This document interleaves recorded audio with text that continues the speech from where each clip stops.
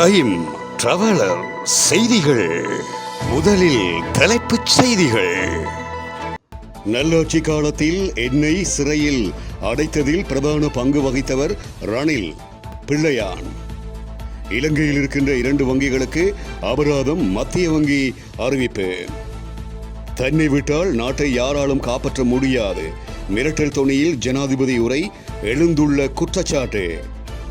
அரசாங்கத்தை கடுமையாக விமர்சிக்கும் நாமல் ராஜபக்ச. பவித்ரா வன்னி ஆராய்ச்சியின் வர்த்தமானிக்கு உயர் நீதிமன்றம் தடை. இலங்கையில் முதலீடு செய்ய ஆர்வம் காட்டும் வெளிநாட்டு அரசாங்கங்கள். ஜீவன் தொண்டமான் சுட்டிக்காட்டு. ராமேஸ்வரத்தில் கடற்றொழிலில் ஈடுபட்ட சிறார்கள் படகு உரிமையாளருக்கு அபராதம். கள்ளக்குறிச்சி கள்ளச்சாராய விவகாரம். உயரும் மரணங்களின் எண்ணிக்கை. கனடாவில் உணவு பணவீக்கம் அதிகரிப்பு. மக்களுக்கு ஏற்பட்டுள்ள சிக்கல். காலணிகளில் கார்த்திகை பூ. பிரித்தானியாவில் கண்டனம் தெரிவித்து கவனஈர்ப்பு ஆர்ப்பாட்டம். தொடர்வென விரிவான செய்திகள். ரணிலுக்கும் எனக்கும் தனிப்பட்ட எந்த பிரச்சனையும் கிடையாது. நான் அவருக்கு எதிராகத்தான் வாக்கு போட வேண்டியவன். ஏனென்றால் நல்லாட்சி அரசாங்க காலத்தில் அவர் என்னை சிறையில் அடைத்ததில் பிரதான பங்கு வகிப்பவர். இருப்பினும் தனிப்பட்ட பொறுப்பு விருப்பு காப்பால் அரசியல் செய்ய முடியாது என சிவனேசதுரை சந்திரகாந்தன் குறிப்பிட்டுள்ளார். மட்டக்களப்பு வவுனதீவில் நெடியாமடுவில் இடம்பெற்ற நிகழ்வொன்றில் பிரதம அதிதியாக கலந்து கொண்டு உரையாற்றும் போதே மேற்கண்டவாறு கூறியுள்ளார். இது தொடர்பில் அவர் மேலும் தெரிவிக்கையில், தற்போதைய சூழ்நிலையில் ஜனாதிபதி தேர்தல் வந்தால் ரணில் விக்ரமசிங்க மீண்டும் ஒருமுறை வர வேண்டும். கிழக்கு மாகாணம் வறுமையுடைய மாகாணம் என்பதை அவர் உணர்ந்துள்ளார். அதற்கான வாய்ப்பை பயன்படுத்திக் கொள்ள நாம் அதிகாரத்தை தக்க வைத்துக் கொள்ள வேண்டும் எனவும் அவர் குறிப்பிட்டிருக்கின்றார். இலங்கையில் இருக்கின்ற 2 தனியார் வங்கிகளுக்கு இலங்கை மத்திய வங்கி அபராதம் விதித்துள்ளது. சம்பத் வங்கி PLC மற்றும் DFCC வங்கி PLC ஆகிய 2 வங்கிகளுக்கு மத்திய வங்கி அபராதம் விதித்துள்ளது. அதன்படி சம்பத் வங்கிக்கு 20 லட்சம் ரூபாயும் DFCC வங்கிக்கு 10 லட்சம் ரூபாயும் அபராதமாக விதிக்கப்பட்டுள்ளது. நிதியியல் கொடுக்கல் வாங்கல் அறிக்கையில் சட்டம் மற்றும் 2016ஆம் ஆண்டின் 1ஆம் இலக்க நிதியியல் நிறுவனங்களின் வாடிக்கையாளர் உரிய விழிப்பு பக்கம் விதிகள் ஆகியவற்றுடன் இணங்குவதற்கு தவறியமைக்காகவே DFCC வங்கிக்கு தண்டம் விதிக்கப்பட்டிருக்கிறது. இதேவேளை நிதியியல் கொடுக்கல் வாங்கல் அறிக்கையிடல் சட்டத்தையும் உரிய வாடிக்கையாளர் மற்றும் விழிப்பு கவன விதிகளையும் கடைபிடிப்பதற்கு தவறியமைக்காகவே சம்பத் வங்கிக்கு நிர்வாக தண்டப்படம் விதிக்கப்பட்டிருப்பதாக மத்திய வங்கி குறிப்பிட்டிருக்கிறது. தன்னை விட்டால் நாட்டை யாராலும் காப்பாற்ற முடியாது என மிரட்டல் துணியில் ஜனாதிபதி உரையாற்றியிருப்பதாக சுரேஷ் பிரேமச்சந்திரன் குற்றம் சாட்டியுள்ளார். யாழ்ப்பாணத்தில் இடம்பெற்ற ஊடக சந்திப்பின் போதே அவர் இவ்வாறு குறிப்பிட்டிருக்கின்றார். அவர் மேலும் தெரிவிக்கையில், ரணில் விக்ரமசிங்க நாட்டு மக்களுக்கு ஒரு உரையை ஆற்றியுள்ளார். அதில் 2022ஆம் ஆண்டு கடன் செலுத்த முடியாத வங்குரோத்தாக இருந்த இலங்கை நாடு இப்பொழுது 2024ஆம் ஆண்டில் உலக நாடுகள் நம்பிக்கை வைக்கக்கூடிய வகையில் அந்த விடயங்கள் கையாளப்பட்டு வருவதாக குறிப்பிட்டிருக்கின்றார்.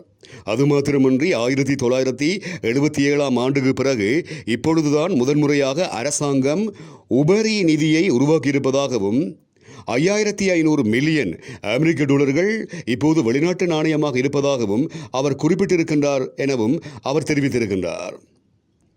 தேர்தலை ஒத்திவைப்பது எந்தவொரு ஜனநாயகத்துக்கும் பொருந்தாது என ஸ்ரீலங்கா பொதுஜன பெரமுனவின் தேசிய அமைப்பாளர் நாமல் ராஜபக்ச குறிப்பிட்டுள்ளார். நெலும் மாவட்டத்தில் இடம்பெற்ற கூட்டத்தின் இறுதியில் ஊடகவியலாளர்கள் கேட்ட கேள்விக்கு பதிலளிக்கும் போதே அவர் இவ்வாறு குறிப்பிட்டுள்ளார். நாமல் ராஜபக்ச மேலும் கருத்து தெரிவிக்கையில், மக்களின் விருப்பத்தின் பேரிலேயே நாங்கள் அதிகாரத்தில் இருக்க வேண்டும். அவர்களின் குரலை தாமதப்படுத்துவதன் ஊடாக அல்ல எனவும் அவர் குறிப்பிட்டிருக்கின்றார். ஸ்ரீலங்கா வன ஜீவராசிகள் மற்றும் வன வளங்கள் பாதுகாப்பு அமைச்சர் பவித்ரா வன்னி ஆராய்ச்சி வெளியிட்ட வர்த்தமானி அறிவித்தலை உடனடியாக நடைமுறைப்படுத்துவதற்கு உயர் நீதிமன்றம் இடைக்கால தடை உத்தரவை பிறப்பித்துள்ளது. பல்வேறு சுற்றுச்சூழல் அமைப்புகள் தாக்கல் செய்த மனுவை விசாரணை செய்ய அனுமதி வழங்கி உயர் நீதிமன்றம் இந்த உத்தரவை வழங்கியுள்ளது. வில்பத்துவையில் இருக்கின்ற இயற்கை சரணாலயத்தின் ஒரு பகுதியை ராழ்பண்ணை திட்டத்திற்காக ஒதுக்கி குறித்த வர்த்தமானி வெளியிடப்பட்டது. இந்த நிலையிலேயே குறித்த வர்த்தமானிக்கு நீதிமன்றம் தடை பிறப்பித்திருப்பதுடன் மனு மீதான விசாரணை முடியும் வரை இந்த இடைக்கால உத்தரவு நடைமுறையில் இருக்கும் என்று உத்தரவில் தெரிவிக்கப்பட்டிருக்கிறது. விடதீவு இயற்கை காப்பகத்தின் ஒரு பகுதியை மீன் வளர்ப்பு கைத்தொழில் பூங்கா அமைப்பதற்கான வர்த்தமானி நீக்கம் செய்து மே மாதம் அசாதாரணமான வர்த்தமானி வெளியிடப்பட்டு வைக்கப்பட்டது என்பதும் இங்கு குறிப்பிடத்தக்கது. வெளிநாட்டு அரசாங்கங்களும் முதலீட்டாளர்களும் இலங்கையில் முதலீடுகளை மேற்கொள்வதில் அதிக ஆர்வம் காட்டி வருவதாக ஸ்ரீலங்கா நீர் வளங்கள் மற்றும் தோட்ட உட்கட்டமைப்பு வசதிகள் அபிவிருத்தி அமைச்சருமான ஜீவன் தொண்டமான் குறிப்பிட்டுள்ளார். சீன ஊடகம் ஒன்றுக்கு வழங்கிய நேர்காணலின் போதே ஜீவன் தொண்டமான் இவ்வாறு தெரிவித்தார். உலக பொருளாதார மையத்தின் ஏற்பாட்டில் கடந்த 24ஆம் நாள் நடைபெற்ற உலக இளம் தலைவர்களுக்கான மாநாட்டில் பங்கேற்பதற்காக அமைச்சர் ஜீவன் தொண்டமான் சீனாவுக்கு உத்தியோகபூர்வ பயணம் ஒன்றை மேற்கொண்டிருந்தார். இந்த பயணத்தின் போதுதான் சுமார் 16 நாடுகளை பிரதிநிதித்துவப்படுத்தும் தரப்பினருடன் முதலீட்டாளர்களுடனும் இருதரப்பு பேச்சுவார்த்தைகளை முன்னெடுப்பதாக அமைச்சர் குறிப்பிட்டார். இலங்கை எதிர்நோக்கிய பொருளாதார நெருக்கடி மற்றும் அதிலிருந்து மீள எடுக்கப்பட்ட கடுமையான தீர்மானங்கள் குறித்து இந்த சந்திப்பின் போது பேசப்பட்டதாகவும் அவர் குறிப்பிட்டார். அத்துடன் இலங்கை பொருளாதார நெருக்கடியிலிருந்து மீள பின்பற்றிய பாதை தொடர்பில் அறிந்து கொள்ள பலர் ஆவலுடன் இருப்பதாகவும் அவர் கூறியுள்ளார். ராமேஸ்வரம் கடற்றொழில் துறைமுகத்தில் இருந்து செல்கின்ற விசைப்படகில் 18 வயதுக்கு கீழ் உள்ள 8 சிறார்கள் கடற்றொழிலாளர்களாக பயன்படுத்தியது கண்டுபிடிக்கப்பட்டுள்ளது. ராமேஸ்வரம் கடற்றொழில் துறைமுகத்தில் 800க்கும் மேற்பட்ட விசைப்படகுகளில் 10,000க்கும் மேற்பட்ட கடற்றொழிலாளர்கள் கடற்றொழிலில் ஈடுபட்டு வருகின்றனர். இந்த நிலையில் எல்லை தாண்டி கடற்றொழிலில் ஈடுபடும் வழக்கில் இலங்கை கடற்படையால் சிறைப்பிடிக்கப்படும் ராமேஸ்வர விசைப்படகுகளில் சிறார்கள் கைது செய்யப்படுவதாக குற்றச்சாட்டுகள் எழுந்துள்ளன.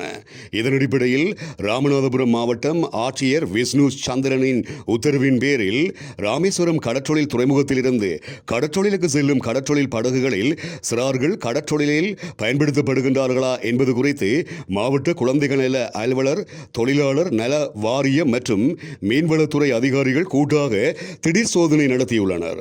இதன்போது கடந்த 26ஆம் நாள் ராமேஸ்வரம் கடற்றொழில் துறைமுகத்தில் இருந்து கடற்றொழிலுக்கு சென்று நேற்று காலை கரை திரும்பிய 8 கடற்றொழில் படகுகளில் 8 சிறார்கள் கடற்றொழிலில் பயன்படுத்தப்பட்டிருக்கிறது தெரிய வந்துள்ளது.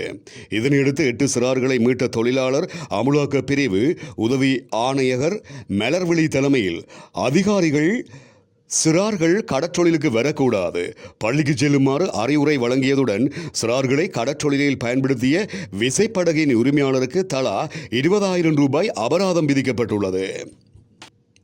இந்தியாவின் கள்ளக்குறிச்சியில் கள்ளச்சாராயம் குடித்து மரணமடைந்தவர்களுடைய எண்ணிக்கை தொடர்ந்து உயர்ந்து கொண்டு வருவதாக இந்திய ஊடகங்கள் செய்தியை வெளியிட்டுள்ளன. கள்ளக்குறிச்சி கருணாபுரத்தில் கடந்த 18ஆம் நாள் விற்பனை செய்யப்பட்ட எத்தனால் கலந்த கள்ளச்சாராயத்தால் பலர் மரணமடைந்திருப்பதுடன் மருத்துவமனையிலும் அனுமதிக்கப்பட்டு வருகின்றனர். மருத்துவமனையில் உள்ள நோயாளிகளில் சிகிச்சையில் உள்ள 90க்கும் மேற்பட்டோரின் உடல்நிலையில் முன்னேற்றம் ஏற்பட்டிருப்பதாக கள்ளக்குறிச்சி அரசு மருத்துவமனை நிர்வாகம் தகவல் தெரிவித்திருப்பதுடன் இதுவரை 8 பேர் குணமடைந்து வீடு திரும்பி இருப்பதாகவும் தெரிவிக்கப்பட்டுள்ளது. இந்த நிலையில் கள்ளச்சாராயம் குடித்து மருத்துவமனையில் சிகிச்சை பெற்று வந்த நபர்களில் ஒருவர் நேற்று மரணமடைந்தார். புதுச்சேரி ஜிப்பர் மருத்துவமனையில் சிகிச்சை பெற்று வந்த மகேஷ் என்பவரே சிகிச்சை பலனின்றி மரணமடைந்தார்.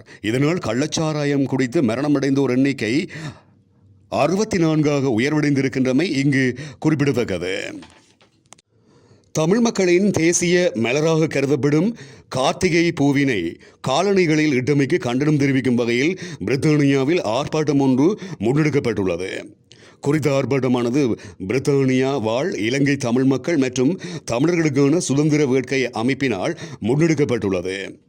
பிரித்தானியாவில் உள்ள இலங்கை உயர்ஸ்தானிகர் அலுவலகத்தின் முன்பாக நடைபெற்ற கவன ஈர்ப்பு பேரணியில் பங்கு பெற்றியவர்கள் எதிர்ப்பு தெரிவிக்கும் விதமாக இலங்கை தேசிய கொடியிலான பாதணிகளை இலங்கை உயர்ஸ்தானிகர் அதிகாரிகளின் முன்பாக காண்பித்து கவன ஈர்ப்பினையும் மேற்கொண்டனர். அண்மையில் இலங்கையில் உள்ள பிரபல காலனி நிறுவனம் ஒன்றின் காட்சி அறையில் கார்த்திகை பூ பொறிக்கப்பட்ட காலணிகள் விற்பனைக்கு வைக்கப்பட்டுள்ள சம்பவம் தமிழ் மக்கள் மத்தியில் தாக்கத்தை ஏற்படுத்தியுள்ளது. குறித்த காலணிகள் கொழும்பு வெள்ளவத்தையில் இருக்கின்ற காட்சி அறையிலேயே விற்பனைக்கு வைக்கப்பட்டிருந்தது. மேலும் தமிழர்களுக்கு முக்கியத்துவம் வாய்ந்த கார்த்திகை பூவை அவர்களின் மனங்களை புண்படுத்தும் வகையில் காலணியில் பயன்படுத்தியமை வடிவமைப்பில் வேண்டுமென்றே உள்வாங்கப்பட்டதா என்கின்ற சந்தேகத்தை மக்கள் மத்தியில் ஏற்படுத்தியது. இந்த நிலையிலேயே பிரித்தானியாவில் அதற்கு எதிர்ப்பு தெரிவித்து கவனஈர்ப்பு ஆர்ப்பாட்டம் ஒன்று முன்னெடுக்கப்பட்டமை இங்கு குறிப்பிடத்தக்கது. கனடாவில் உணவு பணவீக்கம் அதிகரித்திருக்கின்றமையினால் மளிகை பொருட்களின் விலைகள் தொடர்ச்சியாக அதிகரித்து செல்வதாக சுட்டிக்காட்டப்பட்டுள்ளது. இது தொடர்பில் கனேடிய புள்ளி விபரவியல் திணைக்களம் தகவல் வெளியிட்டிருக்கிறது. அதன்படி கடந்த மே மாதத்தில் மளிகை பொருட்களின் விலைகள் 1.5 வீதத்தால் அதிகரித்திருப்பதாக தெரிவிக்கப்படுகிறது. இந்த நிலையில் கடந்த 2020ஆம் ஆண்டு மே மாதத்தில் இருந்து இதுவரையில் உணவுப் பொருட்களின் விலைகள் 22.5 வீதத்தினால் அதிகரித்திருக்கிறது. இதன்படி மக்களின் செலவுகளில் பிரதானமான உணவுப் பொருள் விலை அதிகரிப்பு காணப்படுகிறது. இந்த நிலையில் மரக்கரை வகைகள், இறைச்சி, பழ வகைகள், மதுபானம் இல்லாத பானங்கள் என்பவற்றின் விலைகள் அதிகளவு உயர்வடைந்திருப்பதாகவும் தெரிவிக்கப்படுகிறது. இத்துடன் டைம் டிராவலர் செய்திகள் நிறைவடைகின்றன.